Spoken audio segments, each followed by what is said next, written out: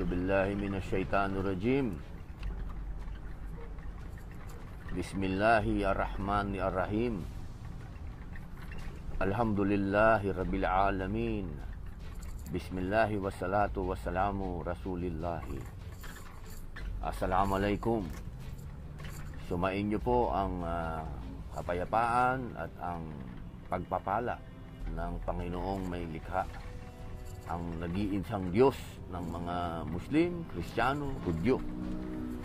Isa pong magandang gabi sa inyo, mga mahal kong kababayan. Ako po ngayon ay muling nag-live dahil ako po ay nakapanood ng isang video na luma na pala ito. Kaninang umaga akala ko ito ay bago, yung pala luma na. Nandoon po ang isang senador. Ang sinasabi ng senador, galit na galit po siya at kanya pong binabakbakan yung pagkakalibing kay Presidente Marcos sa libingan ng mga bayani. Nung una, pagkakita ko, ako'y nagulat eh. Pinanood ko, pinakinggan ko, ang sabi ng senador, wag daw mapalagay ang mga Marcos na mananatili doon ang bangkay ni Apo Lakay. Ibig sabihin na kapag dumating ang panahon na sila ay mabalik sa pwesto, ay maaari nilang ipahukay yung katawan ni Presidente Marcos sa libingan ng mga bayani. Ako ho ay nabigla doon. Sa totoo lang ho, hindi ko alam na yung pala 2016 pa. Akala ko bago lang. Medyo ako po ay nagulat, na high blood ng konti. Napadasal nga ako pagkatapos nun. Napanood kasi kailangan kong humiga at mag-isip sapagkat naapektuhan po ako. Ngayon, sa aking pagsisiyasat, yung pala ay 2016 pa. Ngayon, sana ang pakiusap ko sa senador na yan, sana ay magkaroon ng maliwanag na kapag sila ba ay nanalo, ay gagawin ba nila yun? Tunay ba na ipahuhukay nila ang katawan, ang bangkay ni Presidente Marcos sa libingan ng mga bayani? Yan ba karapat dapat yan? Siya ay, ang senador na ito ay galit na galit dahil sa martial law victims. Abay ako naguguluhan sapagkat sa pagkakaalam ko po, noong 2013, nagkaroon na ng batas na nagkaroon ng compensation ang gobyerno. Nagkaroon ng batas na panahon ni Noynoy Aquino na sinasabi na babayaran yung mga martial law victims. Ibig sabihin po, nagkaroon na ng areglo. Kasi ganun po yan Pag tumunta na sa korte at dinesisyonan na, naging batas na yan, nagdumaan sa Senado, pinirmahan ng Presidente, yan ho aregluhan na. Alam nyo, sa korte, pag nag-aregluhan na, tapos na. Wala na, tapos na yun.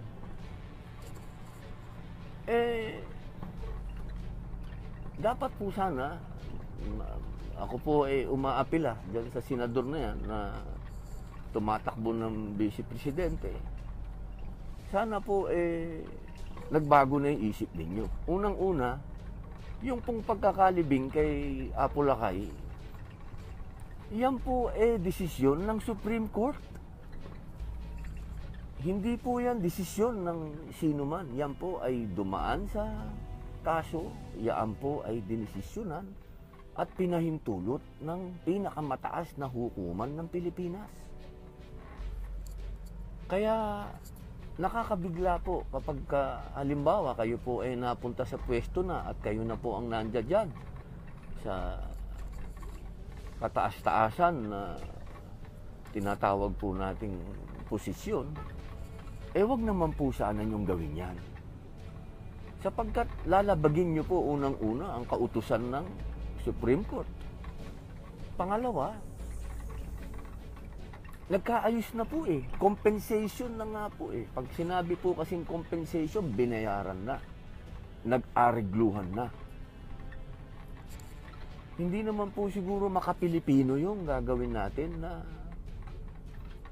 nananahimik na po ang katawan ni Apo Lakay doon sa libingan ng mga bayani. Magkakaroon pa po ngayon ng issue panibago.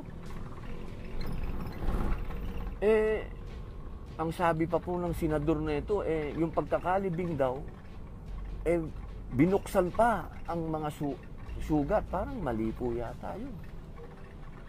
Dapat nga po, natapos na.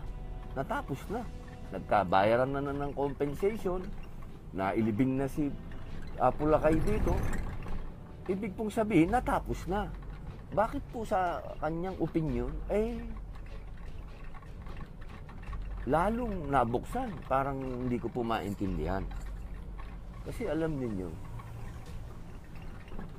parang hindi na ho ugaling Pilipino yan.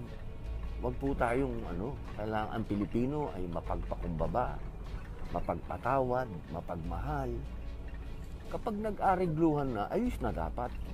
At higit sa lahat, hindi po yan political decision. Yan po ay Supreme Court decision. Judiciary po yan. Hindi po yan executive decision o legislative decision. Yan po ay judiciary. Mga justice po natin ang nagdesisyon dyan. Yun lang po ang aking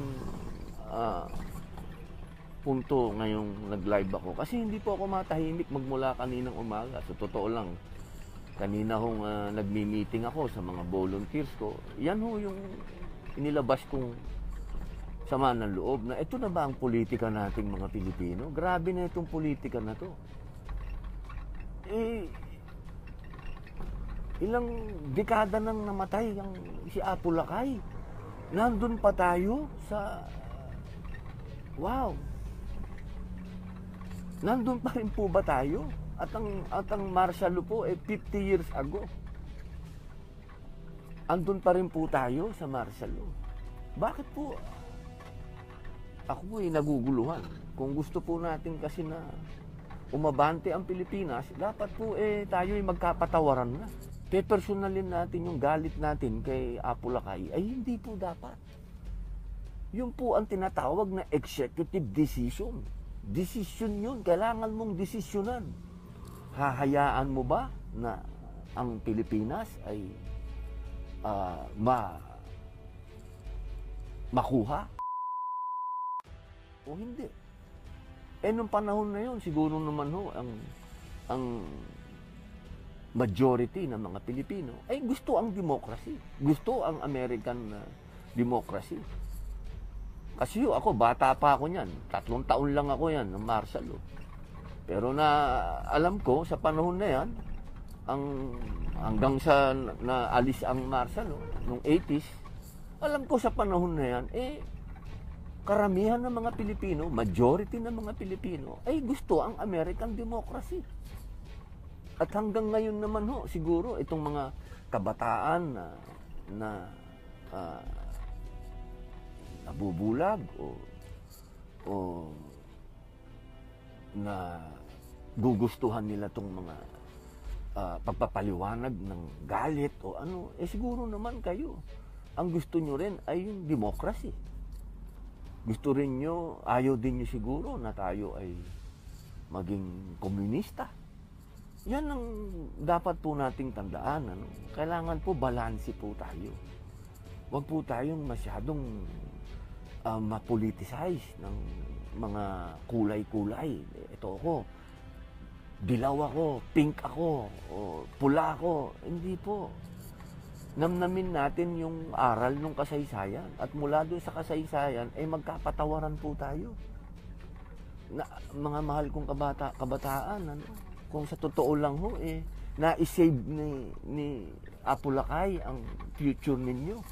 Dahil kung hindi po siya nagdeklara ng martial law ng panahon na yan, komunista na po tayo. Buti sana kung yung pong pinag-uusapan nating communism ay yung totoong communism. Hindi nga po. Ikinamatay nga po yan ni Che Guevara dahil hindi naman to tunay na communism ang inoffer ng USSR at ng Maoism. Hindi naman Pareho yan na sa una, inakala ni Che Guevara na yan nga yun, pero sa dulo ay kinamatay niya din niya. Kasi hindi nga ho yun. Yan naman sana ang maintindihan ninyo na kayong mga kabataan ngayon ay utang na loob nyo yan kay Presidente Marcos kung bakit ngayon kayo ay malaya pa. Huwag po kayong magpabulag sa mga politiko na ginagamit ang issue ng martial law para kayo ay magalit. Dahil sa totoo lang po, nako, alam nyo, isa ho sa pinakamagaling na Pangulo yan, si Presidente Marcos. Nagkataon lang na masyado siyang napolitika at siguro kung nagkaroon man ng mga pagkakamali, ganun ho talaga walang taong perpekto. Pero sa usapin ng martial law, tandaan po ninyo, kailangan yon nung panahon na yon. Kailangan gawin. Kailangan niyang ideklara para proteksyonan ang demokrasya ng Pilipinas.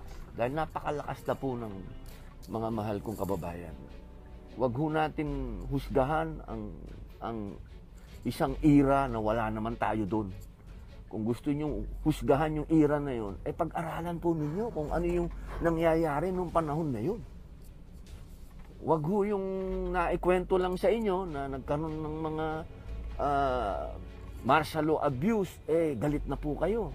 At tandaan po ninyo, kung sino man po yung mga naging biktima ng martial law, pagdasal po natin sila. Na, siyempre, kung meron man po dyan na walang kasalanan at imposibleng wala naman, siguradong ako naman naniniwala na kung may nagkamali man dyan, ganun ho talaga baka napasama ka sa ibang grupo o napasama ka sa ibang barkada. Ganun ho talaga. Tsaka kung meron man hong nagkamali na mga militar nun o mga pulis, hindi naman ho ibig sabihin yung kasalanan ni Juan kasalanan din ni Pedro. Hindi ho ba? Hindi naman ho siguro lahat na lang nung panahon na yon puro pagkakamali ng militar at pulis. Siguro din naman ho may pagkakamali din yung mga rebelde. Yung mga aktivista, siguro naman dahil alam nyo, pagka ganyan, na nagkakaroon ng hindi pagkakaintindihan at nag-umpisa ang gulo, lahat ho dyan may kasalanan na. Hindi ho yan po pwedeng isa lang ang may kasalanan. Gulo yan Lalo na pag gera. Sa gera ho, kaya nga ho nagkakaroon ng may mga Geneva Convention. Dahil pag gera ho talaga, nawawala na sa sariling kaisipan ng tao. Kaya ho dapat iwasan yan. Kaya ho dapat tayo, tanggalin na natin yung mga galit sa puso natin.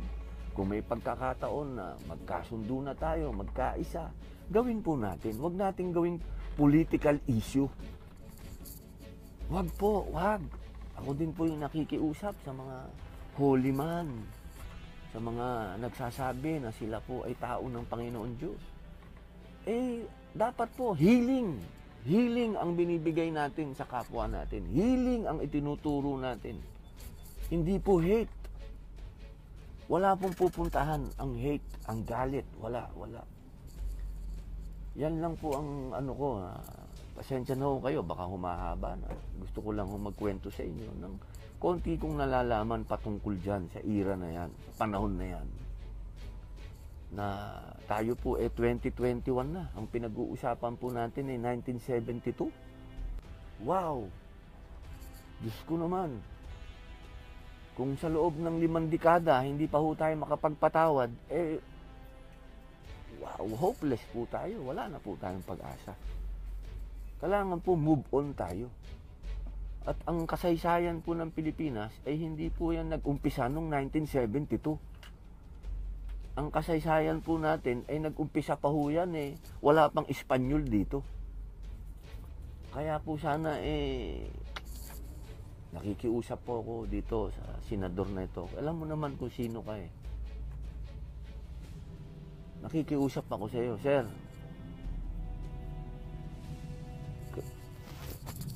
Ang dapat po sa atin healing, sir. Healing po ang kailangan ng taong bayan. Maka-move on po tayo. Kailangan po natin maka-move on, sir. Kailangan na po natin makahakbang forward.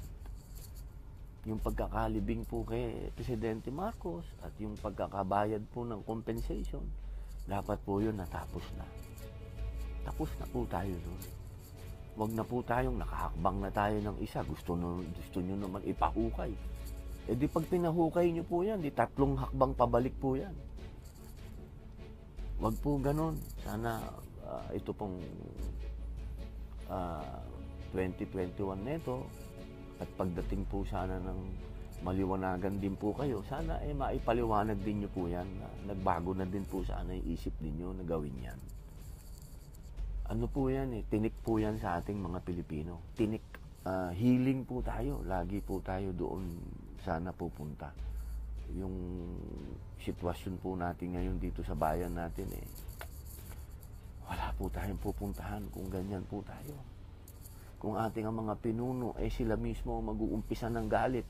Ako, wag hong ganun. Ang taong nalibing na wag na po natin pang pinag-iisipan na hukayin pa. Naku, hindi po natin yung kaugalian. Respetuhin ho natin yun.